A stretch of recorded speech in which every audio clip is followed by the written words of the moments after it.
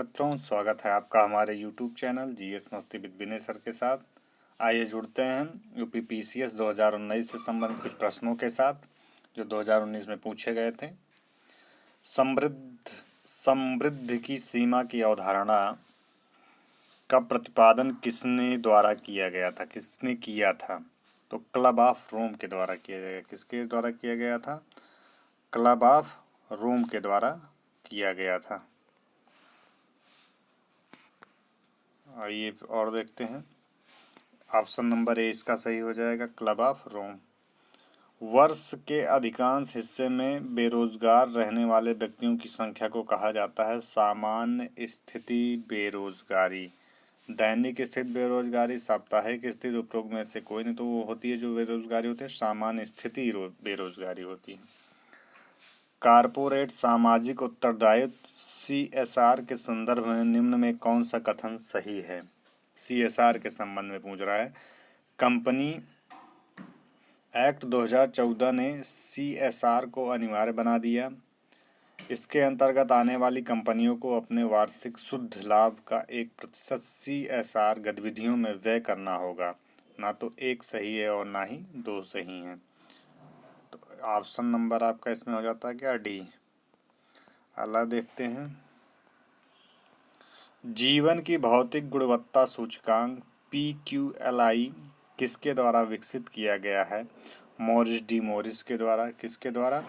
Morris D Morris द्वारा भौतिक गुणवत्ता सूचकांक का जिक्र किया है। भारत का वैश्विक भूख सूचकांक GHI 2017 में क्या स्थान रहा है? तो उस समय क्या था? 100वां था। अगर 2022 का देखा जाए तो 2022 में 107वां। क्लियर। अगला देखते हैं। तो मतलब भौतिक वैश्विक भूख सूचकांक से भी क्वेश्चन पूछ रहा है, तो सूचकांक भी पढ़ने नहीं जितने होते हैं मेन में।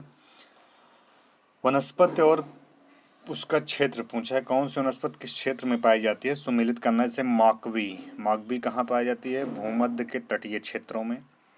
फिम्बिस दक्षिण अफ्रीका में पाई जाती है। चैपरेल कैलिफोर्निया में। मैटोरेल चिली में। ये कुछ वनस्पतियों के बारे में बताया है जो हमारी विदेशी वनस्पतियां हैं, उनके बारे में पूछा है। तो हमको जो वनस्पति पढ़ना है, कौन सी कहाँ पाई जाती है, किस प्रांत में पाई जाती है, इन सारी चीज़ों को ध्यान से देख लेना है एक बार। बहुत अच्छा क्वेश्चन था। ऑप्शन नंबर 1 इसका सही हो जाता है। अगला देखते हैं।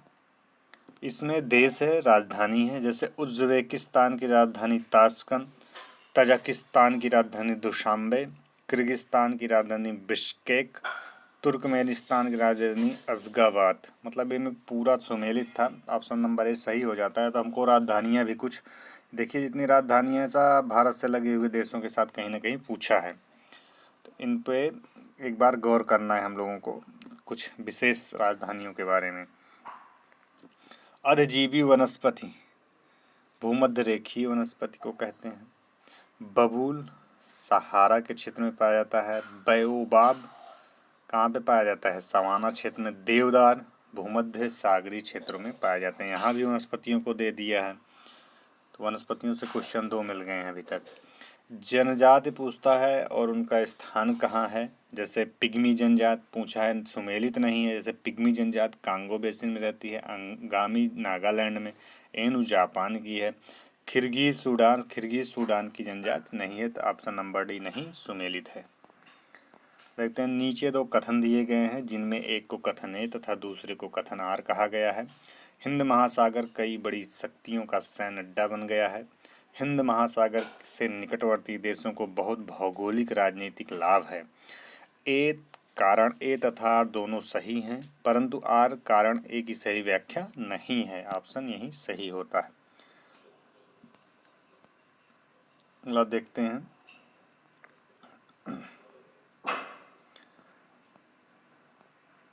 इस प्रकार से कुछ अच्छे से क्वेश्चन पूछा है जिनको कनेक्ट करने की ज़रूरत है। हमें थोड़ा सोचने की ज़रूरत है क्या ऐसी चीज़ें हो सकती हैं। तो इसलिए कथन और निष्कर्ष क्वेश्चनों को थोड़ा ध्यान दे के सॉल्व करना। ये रटे रटाए नहीं आ सकते हैं।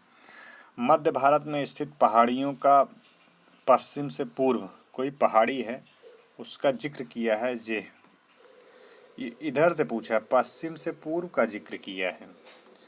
ठीक ना। अगर कभी कभी पूर्व से पश्चिम पूछ ले, कभी उत्तर से दक्षिण पूछ लेता है, उनका क्रम पूछ लेता है। नदियों से ऐसे क्वेश्चन बन जाते हैं, पहाड़ियों से तो बहुत सारे क्वेश्चन बनते हैं, धर्रों से ऐसे क्वेश्चन बन जाते हैं। तो इन पे ध्यान देने की ज़रूरत है। जैसे पश्चिम से पूर्व का जिक्र करें, पहले सतपुड़ा आ जाएगी, फिर महादेवा। जैसे ये हमारे पश्चिम के पूर्व की जगह सतपुड़ा, महादेवा, मैकाले, छोटा नागपुर का पठार, इसी प्रकार से हमारी सारी पहाड़ियों का जिक्र कर दिया जाएगा। कौन सा क्रम सही है, क्रम पूछ रहा था, तो क्रम में बैठा देंगे इस तरह से। क्लियर। ऑप्शन नंबर बी हमारा सही हो जाएगा।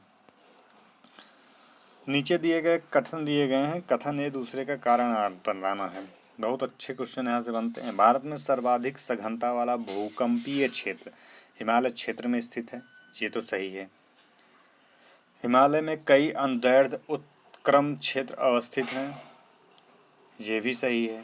मतलब जिक्र ये पूछ रहा है आपको, यहाँ से भूकंप का जिक्र किया, तो भूकंप से आपके ना तो इसका पैमाना पूछा, ना तो मापने की इकाई पूछा, ना तो केंद्र पूछा, ना तो कहाँ आते हैं ज़्यादा भूकंप। उठाया क्वेश्चन भूकंप से ही, और भूकंप के तथ्यात्मक रूप से क्वेश्चन उठा लिया। भूकंप आने की संभावना किन स्थानों पर जहाँ होती है, जो अस्थायी क्षेत्र होते हैं, जो नवीन बने होते हैं, जहाँ पर प्लेटों का विस्तार होता रहता है, प्लेटें आपस में जुड़ी रहती हैं, वहाँ पर भूकंप आने की ज़्यादा संभावनाएँ होती हैं।